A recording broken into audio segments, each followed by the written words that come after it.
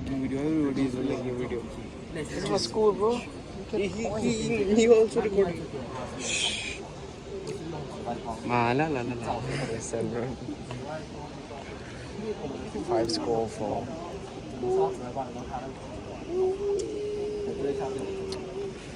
但是它的那个绕层是程度把它打出来，那它这种就是用塑胶技术的话就做成，对，但是这种成本就这种成本因为它是配套设备的技术也会相对更大，这种光敏数值，应该网络上查 UV 那种，就是光照射后。就是一个，你可以查一下那种光度化数值，等于说我们今天收到光照，除了光照，它就会度化数值，但是它这种东西跑很高的比重，是因为它不能收到光照，所以它那种包装都是禁止它或者它换成。它这是度化，因为太阳光也是紫外光，只是没那么强，但是它照出来还是会变质，会变质。所以说我们在保存的话，都是一个比较就是铁罐或者是一些暗色的包装，就是不会让它吸到光，对，就是不会让光透出来。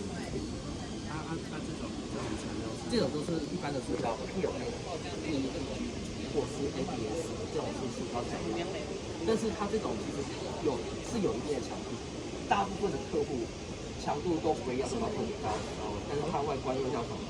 比较大的跟不要太low，就是不要太差，像这种就是客户，对，它算是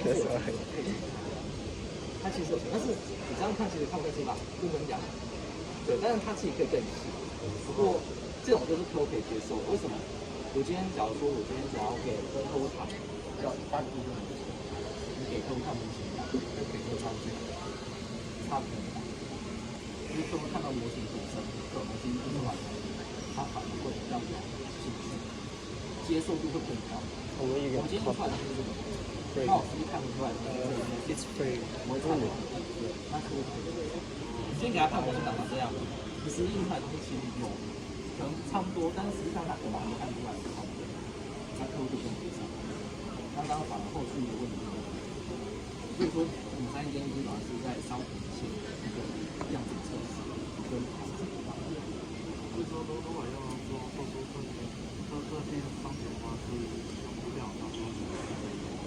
大部分的话都是用传统商品线的或者是去建，跟主要直接，像是我跟这个东西有大小多少，然后计数据，然后实际印出来就是，然后发现他们经常或者是他们系统。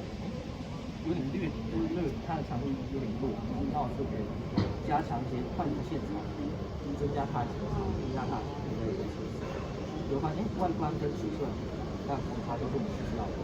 那这样后我们就可以让大家去开模。那这样后我知道，因为开模费用是比较多的。